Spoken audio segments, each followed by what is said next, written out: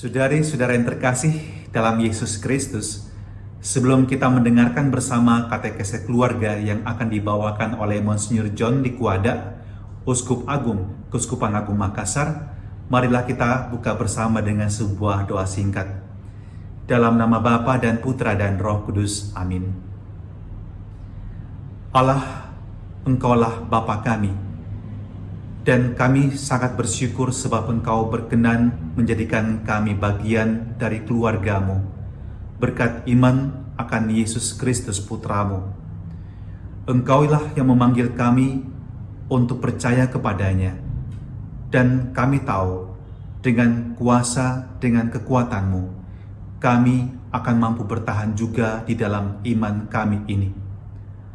Bantulah kami Tuhan, agar kami terus bertumbuh di dalam iman dan kesetiaan kepada Yesus Putra-Mu, juga di tengah-tengah suka duka kehidupan kami. Semoga berbagai pengalaman dalam hidup ini tidak memperlemah iman kami, melainkan semakin memperkaya iman kami. Terlebih kami mohon semoga katekese pada malam hari ini semakin meneguhkan kami di dalam meneladan Putra-Mu Yesus, teristimewa teladan keluarga kudus. Semoga juga memberikan inspirasi kepada kami dan keluarga kami untuk semakin percaya kepada Putra-Mu dan setia kepadanya sampai akhir hayat kami. Dialah Tuhan dan pengantara kami yang hidup dan berkuasa kini dan sepanjang masa. Amin. Dalam nama Bapa dan Putra dan Roh Kudus. Amin. Selamat mendengarkan.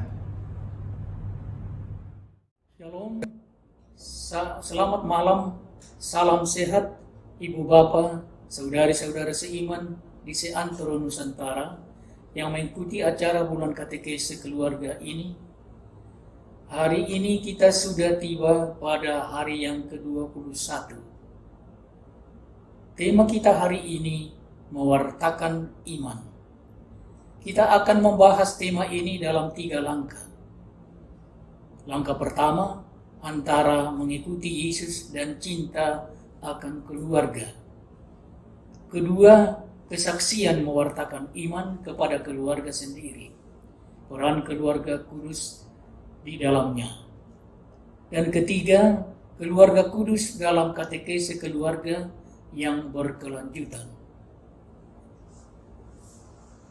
Bagian pertama, antara mengikuti Yesus dan cinta akan keluarga. Beberapa data dalam Injil sepintas selalu memberi kesan bahwa Yesus mempertentangkan antara mengikuti Dia, beriman kepada Allah, dan cinta akan keluarga. Mari kita mulai dengan Markus bab 3 ayat 31 sampai 35. Yang sejajar dengan Matius 12 ayat 46 sampai 50 dan Lukas bab 8 ayat 19 sampai 21. Saya akan membaca dari Markus mulai dari bab 3 ayat 20 sampai 35. Kemudian Yesus masuk ke sebuah rumah. Maka datanglah orang banyak berkerumun pula, sehingga makan pun mereka tidak sempat. Waktu kaum keluarganya mendengar hal itu, mereka datang hendak mengambil Dia, sebab kata mereka, Ia tidak waras lagi. Dan ahli-ahli Taurat yang datang dari Yerusalem berkata, Ia kerasukan Beelzebul, dan dengan penghulu setan Ia mengusir setan. Yesus memanggil mereka, lalu berkata kepada mereka dalam perumpamaan, bagaimana iblis dapat mengusir iblis. Kalau suatu kerajaan terpecah belah, kerajaan itu tidak dapat bertahan. Dan jika suatu rumah tangga terpecah belah, rumah tangga itu tidak dapat bertahan. Demikianlah juga kalau iblis berontak melawan dirinya sendiri, dan kalau ia terbagi-bagi, ia tidak dapat bertahan, melainkan sudahlah tiba kesudahannya. Tetapi tidak seorang pun dapat memasuki rumah seorang yang kuat untuk merampas harta bendanya, apabila tidak diikatnya dahulu orang kuat itu. Sesudah itu barulah dapat ia merampok rumah itu. Aku berkata kepadamu, sesungguhnya semua dosa dan hujat anak-anak manusia akan diampuni. Ya, semua hujat yang mereka ucapkan. Tetapi apabila seorang menghujat Roh Kudus, ia tidak mendapat ampun selama-lamanya, melainkan bersalah karena berbuat dosa kekal. Ia berkata demikian karena mereka katakan bahwa ia kerasukan roh jahat. Lalu datanglah ibu dan saudara-saudara Yesus. Sementara mereka berdiri di luar, mereka menyuruh orang memanggil dia. Ada orang banyak duduk mengelilingi dia. Mereka berkata kepadanya, "Lihat, ibumu dan saudara-saudaramu ada di luar dan berusaha menemui engkau." Jawab Yesus kepada mereka, "Siapa ibuku dan siapa saudara-saudaraku?" Ia melihat kepada orang-orang yang duduk di sekelilingnya itu dan berkata, "Ini ibuku dan saudara-saudaraku. Barang siapa melakukan kehendak Allah, dialah saudaraku laki-laki, dialah saudaraku perempuan, dialah ibuku." Saudara-saudara, Yesus tampil di depan umum dan mewartakan kerajaan Allah. Ia mengajar penuh kewibawaan. Dengan kebebasan yang berdaulat, ia tidak mematuhi aturan-aturan agama Yahudi, seperti memetik gandum pada hari Sabat, menyembuhkan orang sakit pada hari Sabat, dan ia melanggar adat istiadat Yahudi, seperti membasuh tangan sebelum makan, membersihkan diri sepulang dari pasar, mencuci cawan, kendi, dan perkakas-perkakas tembaga. Perilaku Yesus ini tentu saja membangkitkan amarah dan perlawanan dari tokoh-tokoh agama Yahudi. Namun, sementara itu mukjizat-mukjizat besar yang dibuat Yesus membuat semakin banyak orang yang percaya bahwa dialah Nabi yang dijanjikan akan datang untuk menyelamatkan Israel. Dan ini menimbulkan pula kecemburuan di kalangan tokoh-tokoh agama Yahudi, karena mereka mulai ditinggalkan oleh banyak yang mengikut Yesus. Maka seperti terjadi di mana-mana dan kapan saja, para penguasa, yaitu tokoh-tokoh agama Yahudi, kaum Farisi dan para ahli Taurat, membuat skenario. Mereka tidak dapat menyangkal fakta bahwa Yesus mampu membuat mukjizat-mukjizat. Tetapi kata mereka, itu karena Yesus dibantu Beelzebul, penghulu setan. Dan jelas saja kaum keluarga Yesus sendiri ikut juga terpengaruh oleh skenario tersebut. Tetapi Yesus mematahkan skenario itu. Ia menegaskan kalau iblis berontak melawan dirinya sendiri dan kalau ia terbagi-bagi, ia tidak dapat bertahan, melainkan sudahlah tiba kesudahannya. Selanjutnya, Yesus memberi peringatan keras bahwa dosa melawan Roh Kudus tidak akan diampuni untuk selama-lamanya. Ya, Yesus berkarya membuat mukjizat-mukjizat dalam Roh Kudus. Tetapi ahli-ahli Taurat menuduh Beelzebul, penghulu iblislah yang berkarya dalam Yesus. Dan jelaslah kaum keluarga Yesus terpengaruh oleh skenario hoax itu. Mereka datang hendak mengambil dia, sebab kata mereka ia tidak waras lagi.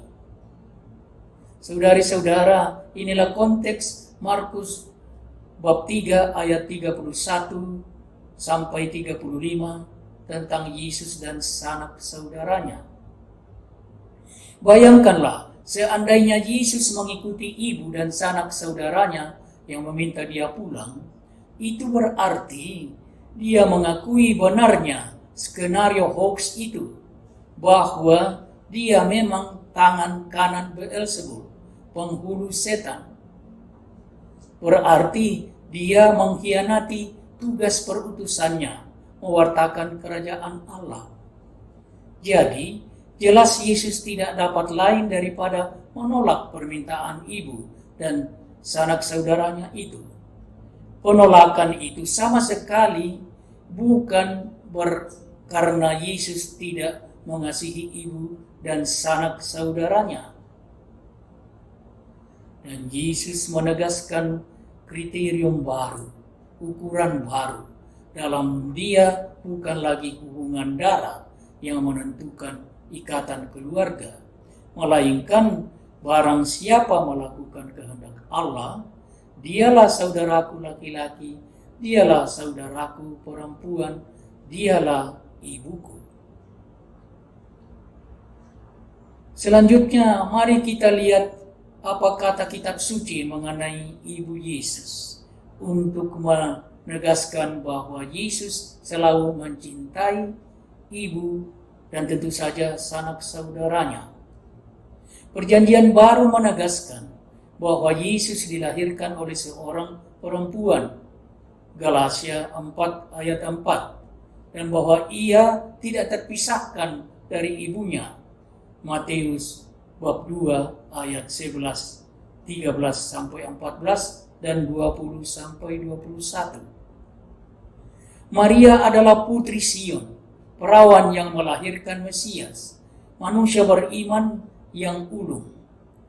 Iman dan ketaatannya yang sempurna, lihat Lukas bab 1 ayat 38 dan 45, nampak secara paling jelas dalam statusnya sebagai ibu. Iman dan ketaatan kepada kehendak Allah, inilah yang dikagumi Yesus dalam diri ibunya.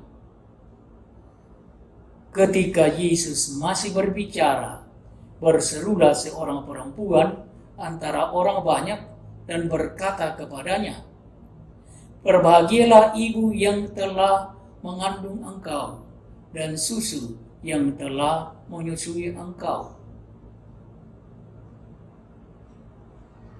Tetapi Yesus berkata, "Yang berbahagia ialah mereka yang mendengarkan firman Allah dan yang memeliharanya." Lukas bab 2 bab 11 ayat 27 sampai 28. Bunda Maria hadir pada awal dan pada akhir hidup dan karya anaknya.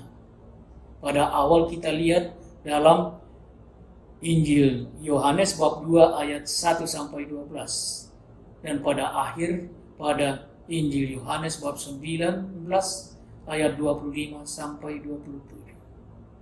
Baiklah kita cermati sebentar Yohanes 2 ayat 1 sampai 12 tentang perkawinan di Kana, dan Yohanes bab 19 ayat 25 sampai 27 tentang kata-kata Yesus dari atas salib kepada ibunya dan kepada murid yang dikasihinya. Peristiwa perkawinan di Kana berlangsung pada saat-saat awal Yesus memulai karya di depan umum. Terpenting kita perhatikan kata-kata Yesus kepada ibunya, "Mau apakah engkau daripadaku, ibu, saatku belum tiba." Terjemahan ibu di sini pada teks aslinya dalam bahasa Yunani dipakai kata gune yang artinya perempuan, dan terjemahan ke dalam bahasa Latin mulier dan bukan mater, ibu. Jadi, mau apakah engkau daripadaku, perempuan? Di akhir hidup dan karyanya, Yesus mengulangi lagi itu dari atas salib. "Ibu, inilah anakmu." Bahasa Yunani yang dipakai di sini gunai, yang berupa vokatifus hai perempuan, dan bahasa Latin mulier, dan ini merujuk pada Kejadian bab 3 ayat 15 dan ayat 20. Hawa perempuan pertama yang menjadi ibu semua yang hidup. Jadi, pada awal dan akhir hidup dan karyanya di depan umum, Yesus menunjuk ibunya sebagai Hawa baru, ibu semua orang beriman, ibu segala bangsa, ibu segala suku. Akhirnya, marilah kita kembali sebentar ke penegasan Yesus bahwa ibunya ialah setiap orang yang melakukan kehendak Bapanya. Dan karena itu pula panggilan untuk mengikuti Yesus harus lebih diutamakan daripada kasih keputraan kepada ibu dan sanak keluarga. Namun saya ingin mengajak kita untuk melihat penegasan Yesus ini dari sudut pandang lain. Dewasa ini seringkali kita dengar keluhan bahwa banyak umat Katolik yang dengan gampang berpindah gereja atau bahkan berpindah agama. Nah, kalau kita sungguh yakin akan iman Katolik kita, dan saya garis bawahi, kalau kita sungguh mencintai keluarga kita, maka sesungguhnya tugas mewartakan iman pertama-tama harus kita arahkan kepada keluarga sendiri. Dalam hal ini, hendaknya kita belajar dari Yesus Kristus sendiri, Sang Sabda Allah yang menjadi manusia, inkarnasi dalam istilah teologinya. Sebelum ia dikandung ibunya, Maria dan Yosef telah menjadi orang-orang yang berbahagia karena mendengarkan firman Allah dan memeliharanya. Kepada malaikat Gabriel yang diutus Allah kepadanya, Maria menjawab, "Sesungguhnya aku ini adalah hamba Tuhan. Jadilah padaku menurut perkataanmu itu." Lukas 1 ayat 38. Dan tentang Yosef, si pendiam sejati itu, kitab suci menegaskan, sesudah bangun dari tidurnya, Yesus berbuat seperti yang diperintahkan malaikat Tuhan kepadanya. Ia mengambil Maria sebagai istrinya. Tugas mewartakan iman menurut evangelisasi baru dibangun berdasarkan tahap-tahap atau momen-momen hakiki sebagai berikut. Pertama, kegiatan misioner yang ditujukan kepada orang yang tidak beriman dan mereka yang hidup dalam ketidakpedulian religius. Kedua, kegiatan kateketik awal bagi mereka yang memilih Injil dan bagi mereka yang harus menyelesaikan atau membentuk kembali inisiasi mereka. Dan ketiga, kegiatan pastoral yang diarahkan bagi umat Katolik yang beriman matang dalam pangkuan komunitas gereja. Jadi ada 3 kelompok sasaran pewartaan iman. Kegiatan misioner menyangkut orang-orang yang belum menerima Kristus.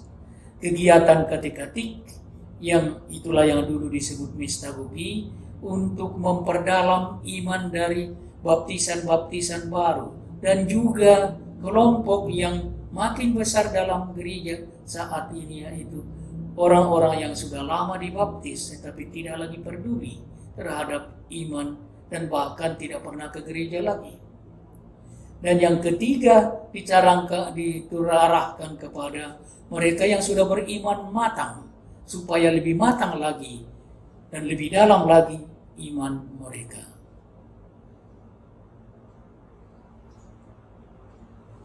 Selanjutnya, satu catatan yang perlu mendahului bagian kedua dan ketiga berikut ini. Pewartaan iman dalam kedua bagian ini sedikit banyak lebih bersifat kesaksian. Santo Paulus ke-6, Paus, dalam anjuran apostolik Evangelii Nuntiandi menegaskan, sarana pertama penginjilan ialah kesaksian. manusia modern lebih suka mendengar saksi-saksi daripada guru-guru. Dan jika toh dia mendengarkan guru-guru, itu disebabkan karena mereka tidak mengajar, tetapi mereka adalah saksi-saksi. Evangelium Nunciandi nomor 41.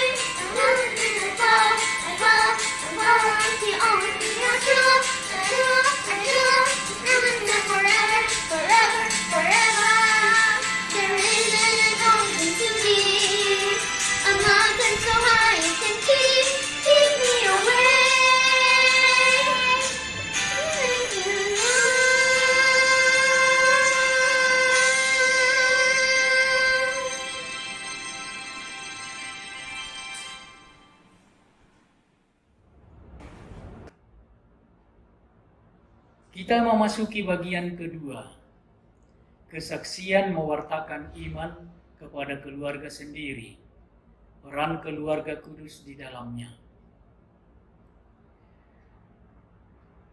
Saya adalah anak sulung dari 10 bersaudara, tetapi 3 sudah meninggal waktu masih kecil, bahkan diantaranya 2 ketika masih bayi.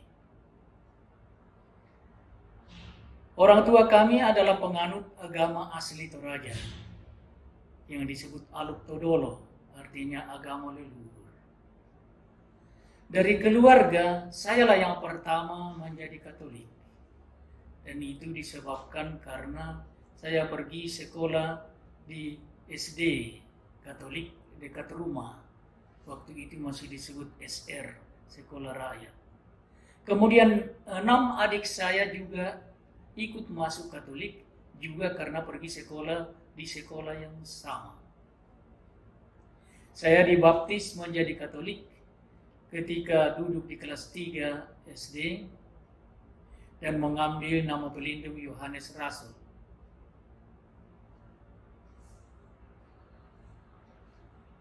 Ketika mendekati tabisan saya sebagai imam, saya berdoa,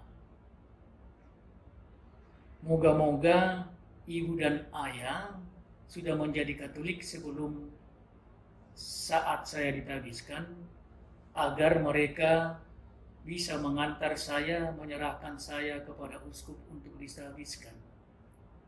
Tapi ternyata doa saya belum terkabul. Tetapi yang membuat hati saya berbunga-bunga ialah walaupun ibu dan ayah belum seiman dengan saya, mereka bersedia mengantar saya, menyerahkan kepada uskup untuk ditabiskan imam. Dan itu berlangsung pada tanggal 10 Januari 1975 di Gereja Pusat Paroki asal saya, Kristus Imam Agung Abadi Sangala. Sebagai imam pertama dari paroki itu, memang upacaranya sekurang-kurangnya bagi ukuran orang desa itu cukup ramai, cukup hikmat. Dan ternyata upacara tabisan saya itu menimbulkan kesan batin yang sangat mendalam di hati ibu. Diam-diam ibu mulai belajar agama Katolik. Sejak Februari tahun 1976 saya bertugas di Ujung Pandang.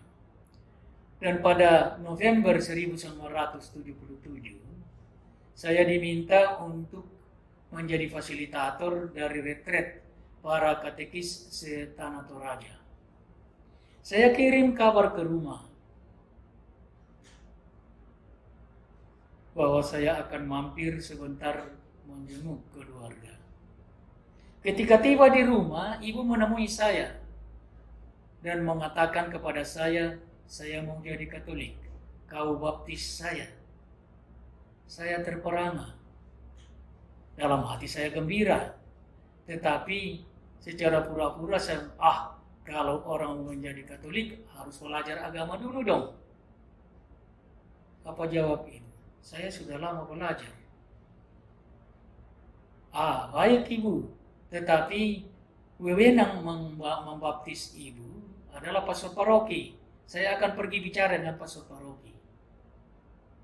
Tapi ibu menjawab, kalau bukan kau yang membaptis saya tidak mau dibaptis. Singkat cerita, saya pergi bicara dengan pastor paroki yang kebetulan teman kelas saya, dan dia setuju saya membaptis ibu, dan setuju juga bahwa ibu dibaptis di rumah. Maka jadilah pembaptisan itu di rumah, dan ibu dibaptis dengan adik kandungnya, tante saya, 2 orang. Setelah segala sesuatunya selesai, saya tanya ibu sudah pilih nama pelindung?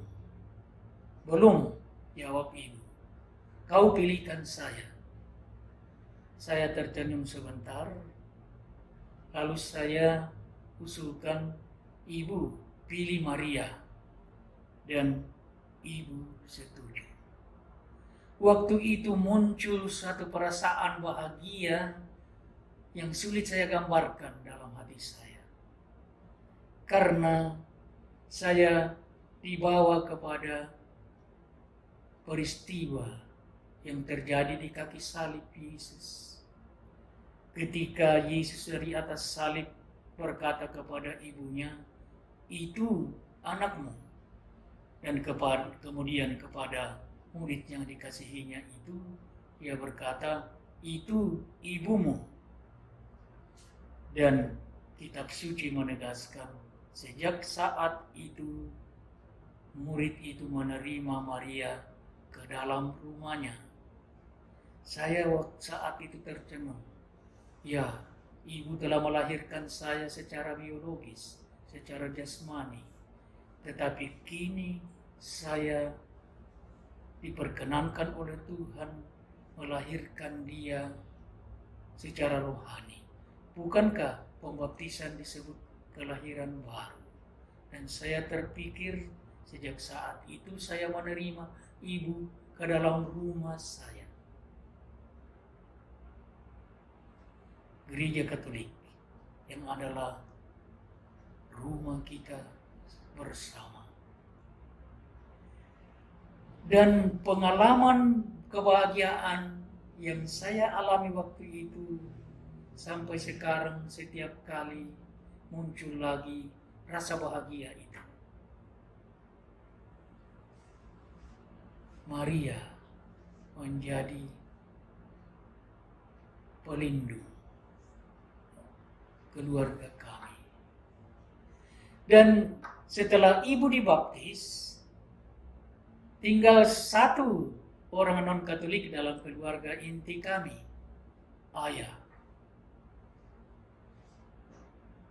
Saya senantiasa minta adik-adik dan kemanakan supaya terus berdoa agar akhirnya ayah juga mau menggabungkan diri dengan kami dalam gereja Katolik, menjadi satu keluarga utuh yang Katolik. Dan Yang aneh adalah setiap kali ada dari kami yang bertanya, mengapa ayah belum mau mengikuti kami menjadi Katolik? Ayah menjawab, saya sudah Katolik dalam hati saya. Saya kenal ayah saya. Saya yakin dia orang baik. Dan cucu-cucunya pada hari Minggu itu sebelum ke gereja selalu merengek-rengek dan tarik-tarik kakeknya. Ayo kakek, kita ke gereja. Jawabnya selalu, kapan-kapan saya saja, cucunda. Tetapi rencana Tuhan selalu indah pada waktunya. Kemudian saya diangkat menjadi uskup. Putra atau raja pertama yang menjadi uskup. Tabisan sebagai uskup berlangsung di Makassar pada tanggal 2 Februari 1992. Pesta Yesus dipersembahkan di Kenisa. Orang tua dan banyak keluarga yang hadir. Dan upacara itu berjalan semarak, tetapi ternyata sama seperti pengalaman ibu waktu upacara tabisan saya sebagai imam. Itu teralami juga oleh ayah saya. Ternyata upacara tabisan saya sebagai uskup meninggalkan pengalaman batin yang mendalam di hati ayah. Dan tampaknya bulan-bulan sesudah itu menjadi pergulatan batin yang besar dalam diri ayah. Sampai akhirnya dia sampai pada keputusan menjadi Katolik. Dan pada bulan Juli, tanggal 3 Juli 1992, ayah meminta saya membaptis dia. Bukan main kegembiraan dalam hati. Dan pastor paroki mengizinkan juga pembaptisan dilaksanakan di rumah. Dan waktu itu ayah bersama dengan adiknya yang bungsu, paman saya, dan juga seorang paman lain, dan 7 anak kecil, dari semua 10 orang dibaptis sekaligus waktu itu. Ketika segala sesuatunya sudah selesai, sudah siap untuk upacara pembaptisan, saya tanya ayah sudah pilih nama pelindung. Beliau mendongak kepada saya dan bertanya, apa itu? Saya mengatakan, ayah, kalau kita mau menjadi Katolik sebelum dibaptis, kita diminta memilih seorang suci yang akan menjadi pelindung kita, yang akan selalu mendampingi kita, berdoa untuk kita dalam perjalanan hidup kita di dunia ini. Oh baik itu katanya. Kau pilihkan saya. Tanpa tunggu saya mengatakan, ayah, saya usulkan pilih Yosef. Dan beliau setuju. Sekali lagi perasaan bahagia yang sulit tergambarkan muncul dalam hati saya seperti 15 tahun sebelumnya ketika saya membaptis ibu. Kini lengkap sudah keluarga kami menjadi keluarga Katolik di mana hadir dan berperan keluarga kudus. Ibu berpelindungkan Maria, ayah berpelindungkan Yosef. Dan dalam permenungan saya selanjutnya,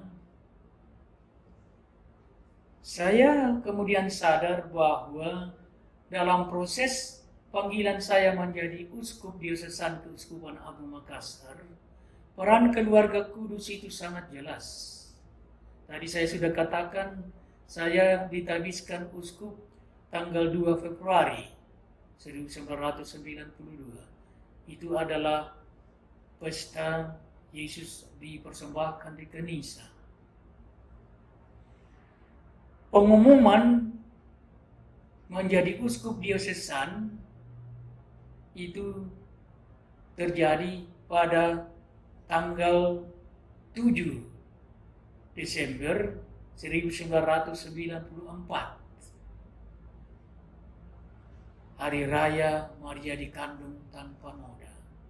Sebetulnya saya mengusulkan tanggal 8. Tetapi tanggal 8 Desember itu, waktu itu, surat kabar resmi Vatikan, L'Osservatore Romano tidak terbit. Maka diminta untuk diumumkan saja pada tanggal 7 Desember yang adalah Vigili, Hari Raya Santa Perawan Maria dikandung tanpa noda. Dan jadilah demikian. Jadi kembali Maria berperan di situ. Lalu terakhir pelantikan saya menjadi Uskup Agung Diosesan Keuskupan Agung jatuh pada tanggal 19 Maret 1995. Ya, saya sudah jadi uskup. Jadi tidak perlu lagi tabisan uskup. Yang perlu adalah pelantikan instalasi yang terjadi pada tanggal 19 Maret itu. Hari Raya Santo Yosef, suami Santa Perawan Maria. Jadi lengkap sudah juga dalam perjalanan panggilan saya sebagai uskup. Peran keluarga kudus Nazaret sungguh nyata sekali. Ada satu peristiwa yang tidak bisa saya lupakan. Dari tanggal 14 sampai 31 Maret 2003, kami para uskup Indonesia mendapat giliran untuk mengadakan kunjungan ad limina ke Roma. Kunjungan ke Roma yang menurut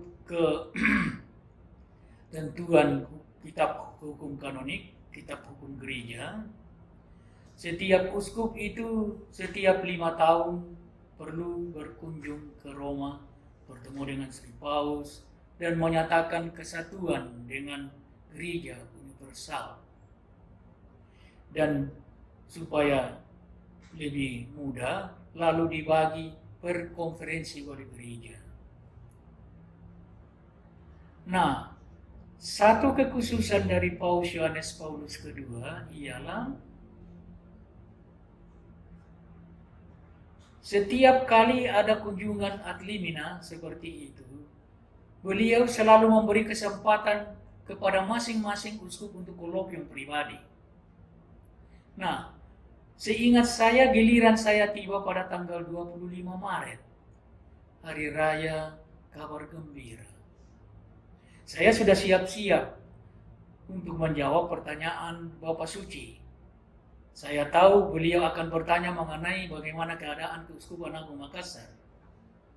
Tetapi ketika saya masuk dan duduk, pertanyaan yang diajukan Bapak Suci mengherankan saya. Bagaimana kabar keluargamu? Saya terperangah. Saya mengucapkan terima kasih atas perhatian Bapak Suci kepada keluarga saya. Dan saya mengatakan terima kasih Bapak Suci, ayah dan ibu saya baik-baik saja, anak-anak, adik-adik saya juga. Saya anak sulung dari 10 bersaudara, tapi 3 sudah meninggal waktu kecil. Baik-baik saja, terima kasih. Dan Bapak Suci, saya yang pertama dari keluarga yang menjadi Katolik karena pergi ke sekolah. Kemudian mengikut adik-adik saya. Dan sebagai imam saya baptis ibu saya. Dan sebagai uskup saya baptis ayah saya. Bapak Suci memandang saya dengan tajam dan berkata, Kalau begitu bagaimana mungkin engkau menjadi uskup agung? Saya mengerti pertanyaan Bapak Suci itu, seakan-akan beliau heran bahwa dari keluarga yang bukan Katolik muncul seorang uskup. Itu terjadi pertanyaan itu pada tanggal 25 Maret. Persis 3 bulan kemudian, tanggal 25 Juni, ayah saya meninggal di rumah sakit Stella Maris. Beberapa waktu ayah dirawat di rumah sakit, dan ketika meninggal saya sedang berkeliling di kepikipan Luhur Raya mengadakan kunjungan pastoral. Sebelum berangkat saya pergi menjenguk ayah dan pamit. Dan dia berpesan, berangkatlah dan laksanakanlah tugasmu sebaik-baiknya. Dalam perjalanan pulang ke Makassar dari salah satu paroki yang jauhnya 530-an kilo dari Makassar, pada malam hari saya dipenuhi macam-macam pertanyaan dalam hati. Apa persis pesan yang mau disampaikan Tuhan dalam keadaan duka ini? Mengapa terjadi persis 3 bulan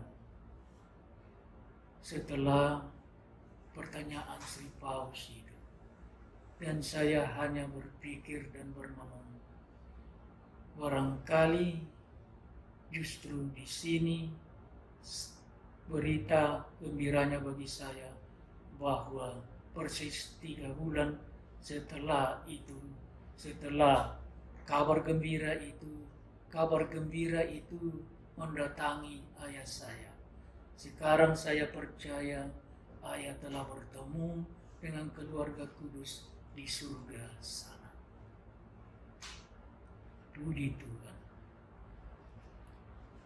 Kita tiba pada bagian ketiga, keluarga kudus dalam katekese keluarga yang berkelanjutan.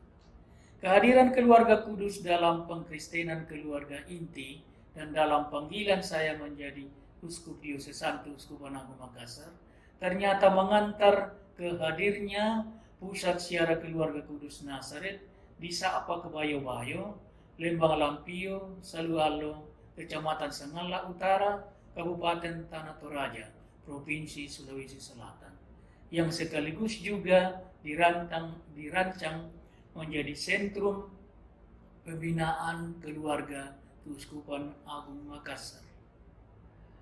Memasuki dekade kedua abad ke-21, paguyuban umat Katolik asal Toraja yang disingkat PUKAT di Jakarta dan sekitarnya mempunyai sebuah impian membangun tempat siara representatif di Toraja.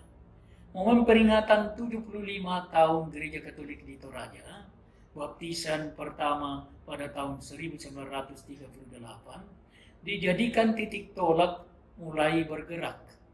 Panitia dibentuk pada tanggal 9 Juni 2013 dan terpilih sebagai Ketua Umum Laksamana Muda Christina Maria Rantetana MPH, yang sekarang sayang sudah almarhum. Semula panitia berpikir sebuah tempat siara Maria seperti di tempat-tempat lain.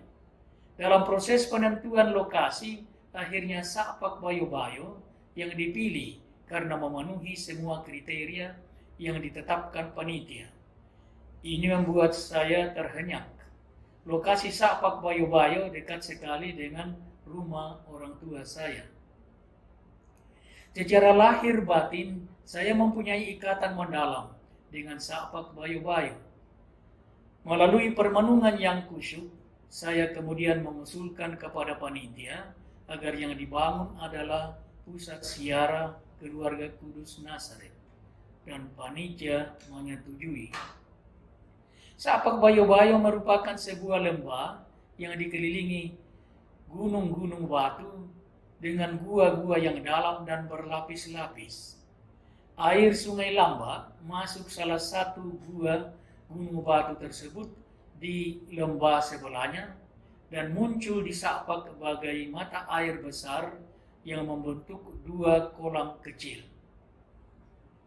Air mengalir dari kolam pertama ke kolam kedua, kolam luar, lewat bagian bawah dan bagian atas pematang batu. Di kolam luar itulah waktu kecil saya bersama gerombolan teman-teman seringkali ramai-ramai berenang. Yang lebih penting dicatat ialah bahwa Sakpak Bayo-Bayo adalah situs suci tua dalam Aluk Todolo. Masyarakat desa Lampio dari dahulu kala percaya bahwa di Sakpak bermukim seorang dewi, Puang, yang baik hati dan pelindung manusia. Tidak jauh dari kolam kedua, di pinggir seberang di kaki gunung Batu Basean, ada sebuah sumur yang tersambung dengan sungai, tetapi airnya selalu bening. Betapa kerupun air sungai. Sumur itu dinamakan Bubunna Puang, sumurnya Dewi.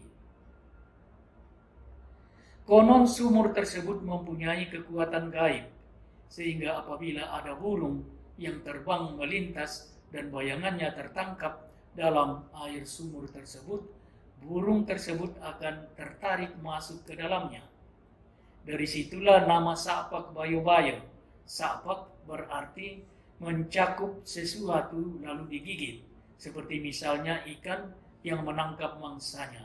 Sedangkan Bayo-Bayo berarti bayangan. Di tepi selatan Bubunna Puang tumbuh sebuah pohon cendana menjulang tinggi, dikelilingi pepohonan bambu kecil dan betung-betung besar. Di sekeliling pohon cendana inilah orang-orang melangsungkan ritual persembahan. Di samping pohon cendana tua itu, sedikit di atas, di tebing batu, ada sebuah tempat ternaung. Di dalamnya menjorok melintang sebuah patung batu menyerupai seorang yang sedang berbaring. Itulah situs Indok Paranganan, artinya ibu kemakmuran. Konon, kalau ada orang datang memohon kekayaan di Sakpak Bayo-Bayo, biasanya dikabulkan. Berkat kehadiran Indok Paranganan, katanya dahulu masyarakat Lampio tidak pernah mengalami paceklik, dan masih banyak legenda lainnya yang menarik sekitar Sakpak Bayo-Bayo. Lalu di tahun 2014, ketika berupaya mengumpulkan informasi lebih banyak sekitar Sakpak Bayo-Bayo, saya mendapatkan cerita mengejutkan yang sebelumnya saya tidak tahu. Fungsionaris terakhir situs Sakpak Bayo-Bayo yang saya tahu ialah kakek Nek Puasa. Setelah Nek Puasa meninggal, ternyata ayah saya lah yang mengambil alih fungsi itu sesuai dengan pesan Nek Puasa sebelum meninggal. Alkisah adalah seorang dari Bebo, itu sebuah kelurahan tetangga Lampio. Namanya Poi Duma, lama mengidap penyakit yang tidak kunjung sembuh, walaupun ia sudah berupaya kemana-mana untuk berobat. Tetapi kemudian disembuhkan setelah mendapat pesan dalam mimpi untuk datang melaksanakan ritual memohon kesembuhan di Sakpak. Sebagai ungkapan syukur, beliau kemudian menyediakan diri mendampingi ayah saya sebagai fungsionaris Sakpak Bayo-Bayo. Ketika itulah baru saya memahami mengapa ayah perlu proses sekian lama sebelum sampai pada keputusan final menjadi Katolik. Setelah ayah dibaptis, Poi Duma juga akhirnya mengambil keputusan masuk Katolik. Sayanglah keduanya telah mendahului kita kembali ke alam baka. Dengan mengkatolikkan kedua fungsionaris terakhir, rupanya Tuhan juga menghendaki supaya situs Sakpak Bayo-Bayo dibaptis Katolik, menjadi pusat ziarah keluarga kudus Nazaret. Itu terjadi 4 tahun kemudian, tepatnya pada tanggal 3 Juli 2018. Pemberkatan dan peresmian ini direncanakan digabung dengan puncak perayaan 80 tahun kehadiran Gereja Katolik di Toraja. Puncak perayaan tersebut direncanakan ditandai dengan pemberkatan patung Kristus Raja di Burake, Makale, dan diharapkan dilaksanakan oleh Dubes Vatikan pada tanggal 4 Juli 2018. Sementara pemberkatan pusat siara keluarga Kudus Nazaret, Sapak Bayo-Bayo, Toraja, direncanakan berlangsung sehari sebelumnya. Tetapi ternyata rencana tersebut tidak dapat terwujud karena waktu itu Dubes Vatikan tidak berada di Indonesia. Lalu saya mengusulkan kepada panitia agar pemberkatan lokasi pusat siara keluarga Kudus Nazaret Sapak Bayo-Bayo itu ditunda sampai Dubes berkesempatan. Namun berdasarkan beberapa pertimbangan, panitia tetap pada keputusan melangsungkan pemberkatan dan peresmian pada tanggal 3 Juli 2018.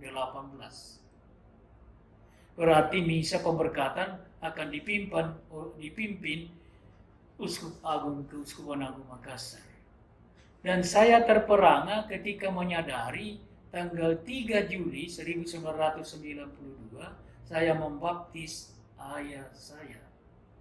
Agaknya Tuhan menghendaki orang yang sama yang membaptis petugas terakhir situs Sapak Bayo-Bayo yang harus membaptis situs suci tersebut menjadi pusat siara keluarga Kudus Nazaret.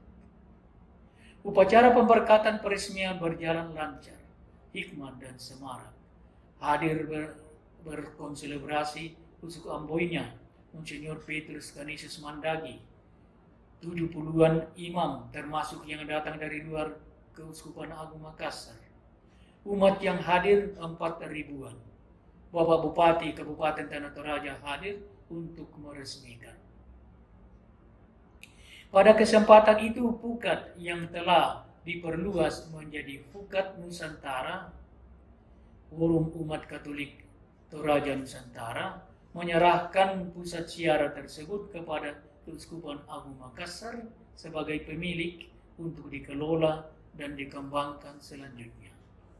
Diharapkan semakin banyak peziarah yang berkunjung kapan saja untuk berdevosi dan semakin mampu meneladan keluarga kudus dalam hidup nyata mereka.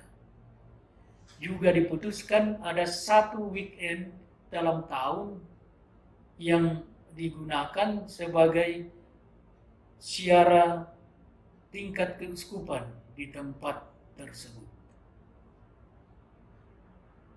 Sebetulnya yang paling cocok untuk itu adalah pada pesta keluarga kudus. Tetapi karena pada setiap akhir tahun kegiatan di Toraja umumnya sangat padat dan juga biasanya banyak hujan, maka dipilih weekend yang paling dekat dengan tanggal 3 Juli untuk itu. Sementara itu sedang diupayakan agar pusat siara ini juga bisa dikembangkan menjadi sentrum pembinaan keluarga.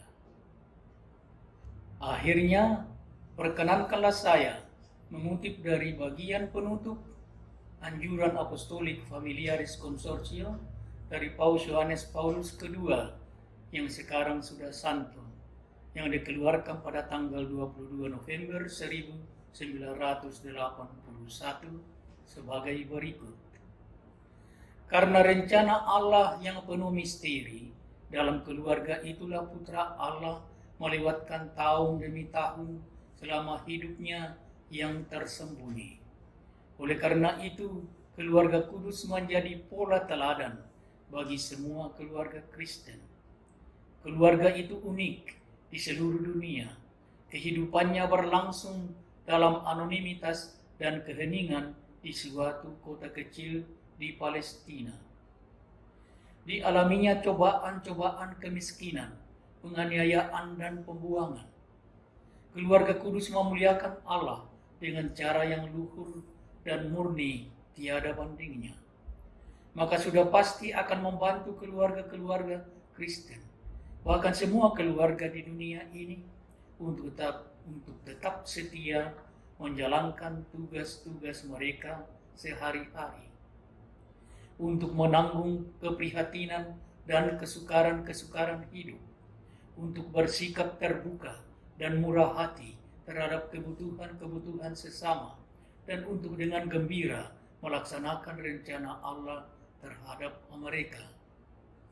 Santo Yosef ialah orang yang benar, seorang pekerja yang tidak mengenal lelah, pelindung yang tulus bagi mereka yang dipercayakan kepadanya. Semoga ia selalu menjaga, melindungi, dan memelihara keluarga-keluarga.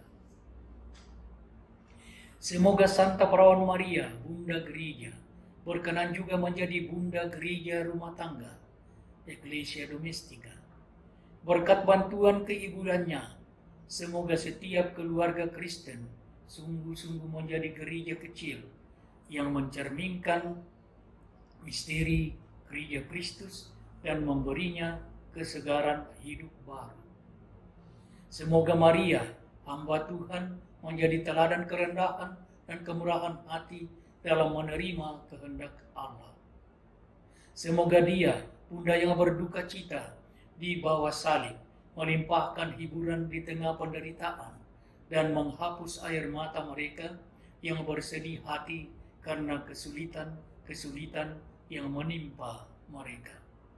Semoga Kristus Tuhan, Raja semesta alam, Raja keluarga-keluarga, hadir di setiap rumah tangga Kristen seperti ia dulu hadir di Kana, melimpahkan terang, kegembiraan, keheningan, dan kekuatan. Pada hari raya Maria yang dipersembahkan kepada dia sebagai Raja, kami memohon kepadanya supaya setiap keluarga dapat dengan murah hati membawakan sumbangannya sendiri kepada kedatangan kerajaannya di dunia. Kerajaan kebenaran dan kehidupan, kerajaan kekudusan dan rahmat, kerajaan keadilan dan cinta kasih dan damai yang menjadi tujuan perjalanannya di sepanjang sejarah. Kami serahkan setiap keluarga kepadanya, kepada Maria dan kepada Yosef. Ke dalam tangan mereka, ke dalam hati mereka, kami persembahkan anjuran ini. Semoga mereka itulah yang memberikan anjuran ini kepada Anda. Saudara-saudara yang terhormat dan putri-putra yang terkasih, semoga mereka pula lah yang membuka hati Anda bagi cahaya yang dipancarkan oleh Injil atas setiap keluarga. Familiaris Consortio nomor 86. Inilah ibu bapa dan saudari-saudara sekalian, tujuan utama kehadiran Pusat Siara Keluarga Kudus Nazaret Sapak Bayo-Bayo Toraja, yaitu menjadikan keluarga kudus sebagai katekis, guru, pengajar iman berkelanjutan bagi keluarga-keluarga melalui kesaksian hidup mereka. Tentu tidak mungkin bahwa semua datang ke Pusat Siara Sapak Bayo-Bayo Toraja. Pesannya adalah agar setiap keluarga menjadikan keluarga kudus sebagai katekis, guru, pengajar iman berkelanjutan melalui kesaksian hidup mereka di keluarga kita masing-masing. Tuhan memberkati kita sekalian. Tuhan bersamamu. Semoga saudara sekalian dilindungi, dibimbing, dan diberkati oleh Allah yang Maha Kuasa, Bapa dan Putra dan Roh Kudus. Saudara sekalian, pergilah, kalian diutus untuk mewartakan Injil.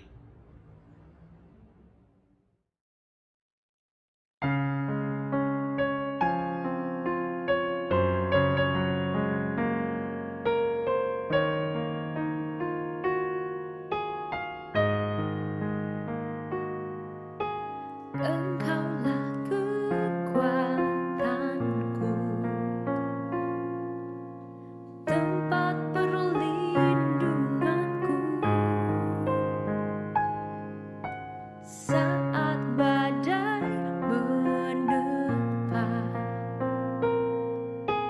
Aku tak akan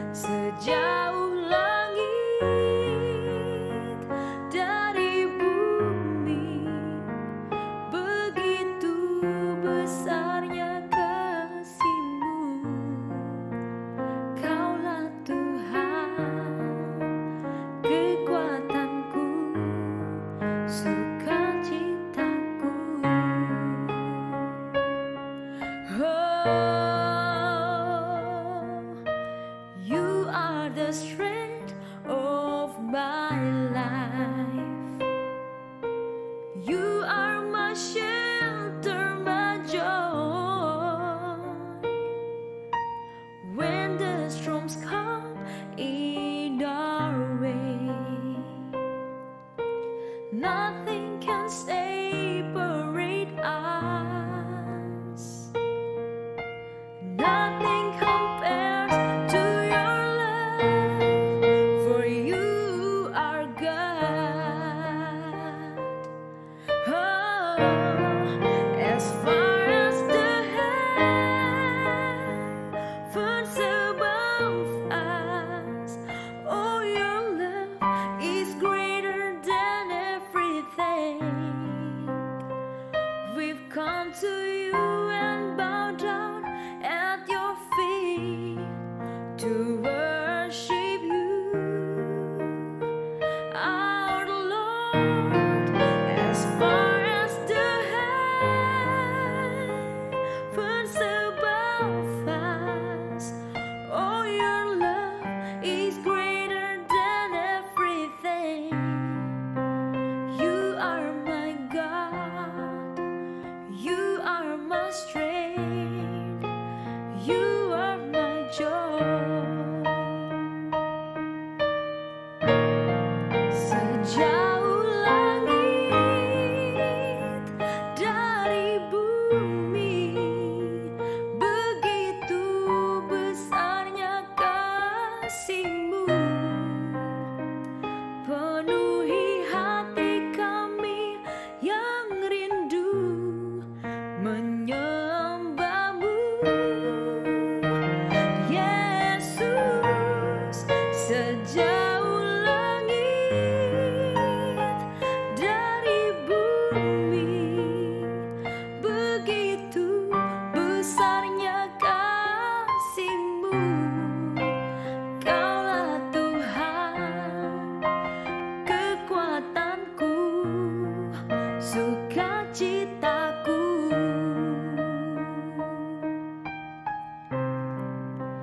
Kaulah Tuhan, kekuatanku, sukacitaku.